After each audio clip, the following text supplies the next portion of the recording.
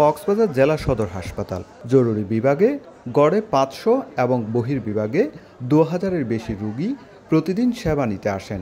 আর 250 শয্যার হাসপাতাল হলেও প্রতিদিন ভর্তি থাকে প্রায় 900 মতো রোগী। এই বিশাল সংখ্যক রোগীকে কেন্দ্র করে গড়ে উঠেছে সক্রিয় দালাল চক্র।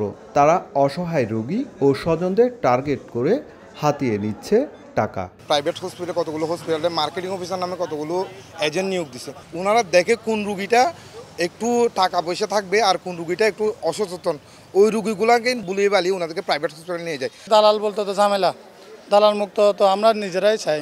অভিযোগের প্রেক্ষিতে হাসপাতালে ছদ্মবেশে নজরদারি শুরু করে র্যাব। বৃহস্পতিবার দুপুরে প্রমাণসহ হাতে নাতে দালাল চক্রের 4 সদস্যকে আটক করা হয়। পরে ভ্রাম্যমাণ আদালতের মাধ্যমে তাদের বিভিন্ন মেয়াদে কারাদণ্ড দেওয়া হয়। তারা বিভিন্ন সময় বিভিন্ন পরিচয় দিয়ে হাসপাতালের মধ্যে অবস্থান করছে। কয়েকজন ডাক্তারের সাইন পেয়েছে, যেটা তাদের না, আমরা কথা বলেছি ডাক্তারদের সাথে। তারা তাদের সাইনটা নকল করে প্রতিদিন সকালে এখানে চলে আসে এবং যে রোগীরা এখানে চিকিৎসা নিতে আসে তাদেরকে তারা ব্যবহার করে। আমাদের এই অভিযান অব্যাহত থাকবে। আমরা হসপিটাল কর্তৃপক্ষেরও সহযোগিতা কামনা করেছি যে ভবিষ্যতে যাতে তারা এই বিষয়ে সচেতন থাকেন, সজাগ থাকেন।